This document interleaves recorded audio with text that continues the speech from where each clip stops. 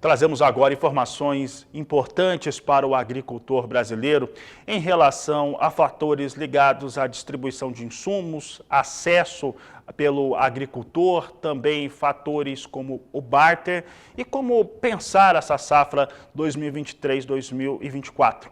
Para falar a respeito deste assunto, nós vamos conversar agora ao vivo pela internet com o CEO da Lavoro, o Rui Cunha, que participa conosco. Rui Cunha, obrigado pela sua participação. E como que está essa relação, distribuição de insumos no Brasil e acesso do agricultor a esses insumos? Boa tarde. Bom, boa tarde, Fabiano, boa tarde a todos os espectadores aí que estão acompanhando. Eu acho que a gente passa por mais um ano interessante no agro, né? São sempre anos diferentes e a gente está passando mais um ano com alguns desafios adicionais. Eu diria assim, há uma conjuntura um pouco mais desafiadora por questões de muitas mobilidades em preços de insumos, mobilidade em preços de commodities, agricultor mais cauteloso, segurou a venda da safra, atrasou compra de insumos. Então a gente tem um cenário bastante dinâmico aqui, né? Acho que nas últimas semanas a gente observou uma tendência de normalização, no sentido de que a gente viu uma aceleração de vendas, de vendas de grãos, até porque o produtor precisa começar a fazer espaço aí para a nova safra que está vindo. E a gente viu também uma aceleração na negociação de insumos para a próxima safra. Agora a gente tem um cenário, eu diria que um pouco mais desafiador, por conta de todas essas mudanças. Então, quando a gente fala da distribuição, eu vejo alguns pontos importantes aí que vão ser desafios a serem vencidos esse ano, né? Então, tem uma questão logística, com um atraso nas negociações de insumos, a gente começa a ver as revendas preocupadas aqui com as entregas, né? Então, o tempo de entrega, em especial no caso de fertilizantes, a gente vê já alguma falta de produtos para pronta entrega. Então, acho que essa questão logística é um tema. Um outro tema importante, a distribuição ainda tem, de modo geral, um volume de estoque relativamente alto, vis-à-vis o histórico dela, né? Então, isso também é um outro tema que exige atenção aí, do ponto de vista das revendas, tanto do ponto de vista de capital de giro, quanto do ponto de vista da saúde do estoque, dado que a gente vê movimentos aí de queda de preço de insumos. Então, acho que nesse cenário como um todo, acho que assim, eu diria que ainda temos um cenário bom do ponto de vista de rentabilidade do produtor, mas ele é mais desafiador do que a gente tinha visto nos últimos anos. Tá?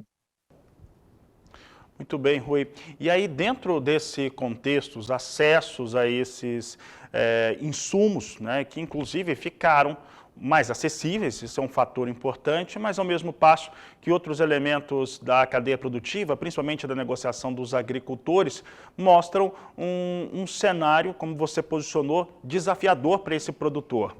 Pensando nessas variáveis que hoje existem, como que o produtor rural, na sua visão, tem se posicionado para essa campanha nova, para a campanha 2023-2024, que ainda podemos somar o efeito de El Niño, que vai fazer com que, provavelmente, Rio Grande do Sul, Argentina tenham uma produção mais cheia, tipo a Argentina voltando, de fato, para o mercado internacional de soja, no caso, né, colocou com a sua oferta, e preços mais pressionados, independente do que tivermos de colheita norte-americana. É. Não, eu acho que assim, o cenário como eu mencionei, Fabiano, eu acho que ele é bem dinâmico, tá? Assim, eu concordo que a gente tem um cenário mais pressionado de preços de commodities e como você falou, acho que assim, tudo leva a crer que a gente deve ter mais uma safra bastante rica em termos de volumes. E assim, a safra americana, ela aponta aí com alguns riscos aí de redução de produtividade, mas provavelmente não vai ser o suficiente para elevar drasticamente o preço das commodities. Isso posto, eu acho que assim, o bom produtor, ele vai conseguir continuar a comprar insumos, investir na fazenda, ele só precisa se programar melhor, né? E mitigar um pouco do risco dele, né? A gente estava mencionando que ele atrasou, por exemplo, a venda da safra esse ano, acho que ele ainda atrasou a compra de insumos, então, assim, eu acho que ele vai ter que trabalhar com um pouco mais de cuidado na proteção do caixa dele e evitar posições muito expostas, né? Porque, assim, cenário muito dinâmico, tanto o produtor quanto as revendas vão ter que tomar um pouco mais de cuidado na sua operação. Eu vou te fazer uma pergunta agora, Rui, que é uma pergunta, eu estou dizendo para as fontes, com as pessoas que conversam, que é uma pergunta engraçada.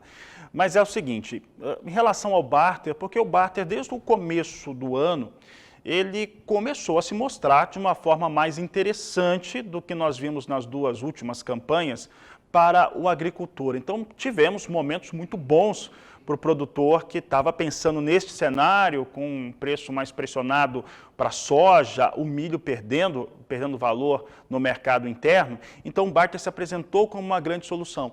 Mas muitos produtores aguardam, né, aguardam de fato o lançamento de plano agrícola para ver como que vai ser essa negociação, essa gestão deste processo interno. Aí vem a pergunta engraçada. O momento melhor de barter, ele passou, quer dizer, quem travou no começo, mesmo antes de lançamento de plano, fez um negócio melhor? Tá, eu acho que assim, colocando dessa maneira, eu concordo. Eu acho que assim, teve muitas. Acho que o produtor teve oportunidades melhores nos últimos meses do que ele tá tendo agora, tá? Então, acho que assim, é natural, né? O produtor teve experiências o contrário também, né? Onde ele travou posições cedo e depois ele acabou se arrependendo, e eu acho que esse ano quem travou tarde também deixou dinheiro na mesa. Agora, isso posto, o barter deve ser sim uma ferramenta muito importante para o financiamento dessa safra.